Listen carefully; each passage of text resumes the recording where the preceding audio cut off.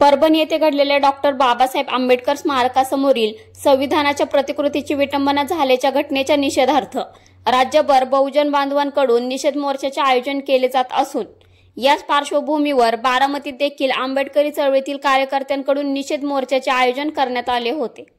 यावेळी आंबेडकरी चळवळीतील कार्यकर्ते अनिकेत मोहिते यांनी या घटनेचा निषेध करीत चोरी करणारा चोर होतो, अत्याचार करणारा अत्याचारी होतो, मग संविधानाचा अवमान करणारा मनोरुग्ण कसा होतो, असा संतप्त सवाल उपस्थित करीत परभणी येथे घडलेल्या घटनेचा निषेध व्यक्त केलाय।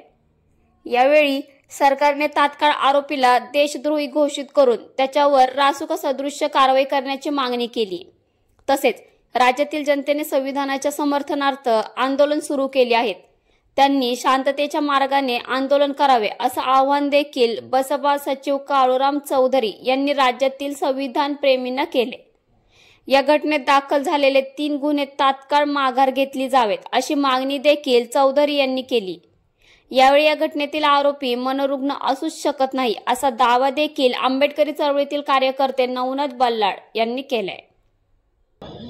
आज परभणी येथे जी घटना घडलेली आहे त्याच्या निषेधार्थ तेथील स्थानिक प्रशासनाच्या निषेधार्थ आज बारामतीमधून मोठ्या संख्येने निषेध व्यक्त करण्यासाठी आणि सरकारचं लक्ष वेधण्यासाठी संबंध बहुजन समाजाने, संविधानाच्या लाभार्थ्यांनी, संविधान प्रेमींनी आज बारामतीमध्ये निषेध मोर्चाचे आयोजन केले होते। यामध्ये ज्या पोलिसांनी त्यांना जिथं हे लावली होती, जबाबदारी दिली होती, त्या पोलिसांनी देखील बौद्ध बांधवांच्या बौद्ध वस्तीमध्ये जाऊन गाड्यांची तोडफोड केलेली आहे, घरांची तोडफोड केलेली आहे। म्हणजे कायद्याचे रक्षकच कायद्याचे भक्षक झालेले आहेत, त्यांच्यावरती कारवाईची मागणी इथून झालेली आहे।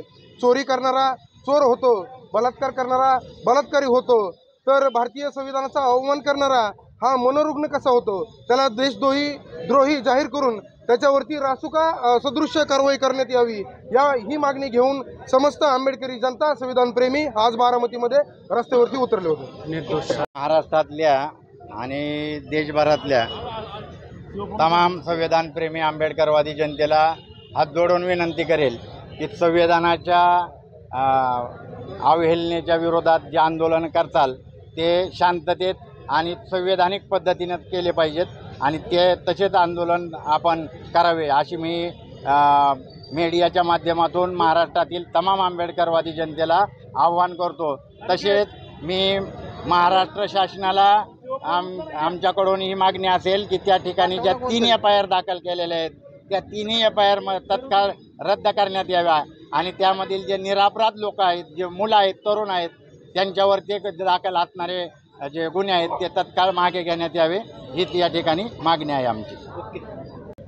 परभणी इथं जे भारतीय संविधानाच्या प्रतिकृतीची जी विटंबना झाली त्याच्या निषेधार्थ बारामती शहरातील बहुजन समाजाच्या वतीनं निषेध मोर्चाचं आयोजन केलं होतं आणि या ठिकाणी निषेध सभेचं आयोजन केलं होतं। त्या संदर्भात आज आम्ही सर्व येथील समाज बांधवांच्या वतीने प्रांत ऑफिसला जाऊन त्या घटनेचा निषेधार्थ निवेदन देणार आहे आणि ज्या परभणीमध्ये ज्या समाज बांधवांवरती पोलीस प्रशासनाने खोटे गुन्हे दाखल केलेले आहेत ते गुन्हे तात्काळ मागे घ्यावे।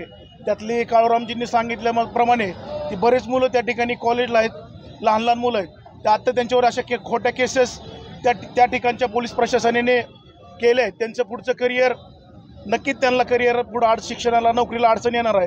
त्या घटनेचा ज्या घटना घडली त्यांचे ते गुन्हे मागे घेण्यासाठी आम्ही सर्व त्या ठिकाणी पुढील प्रयत्न करणार आहोत आणि आम्ही त्या घटनेचा आम्ही सर्वांच्या वतीने जाहीर असा निषेध केलेला आहे।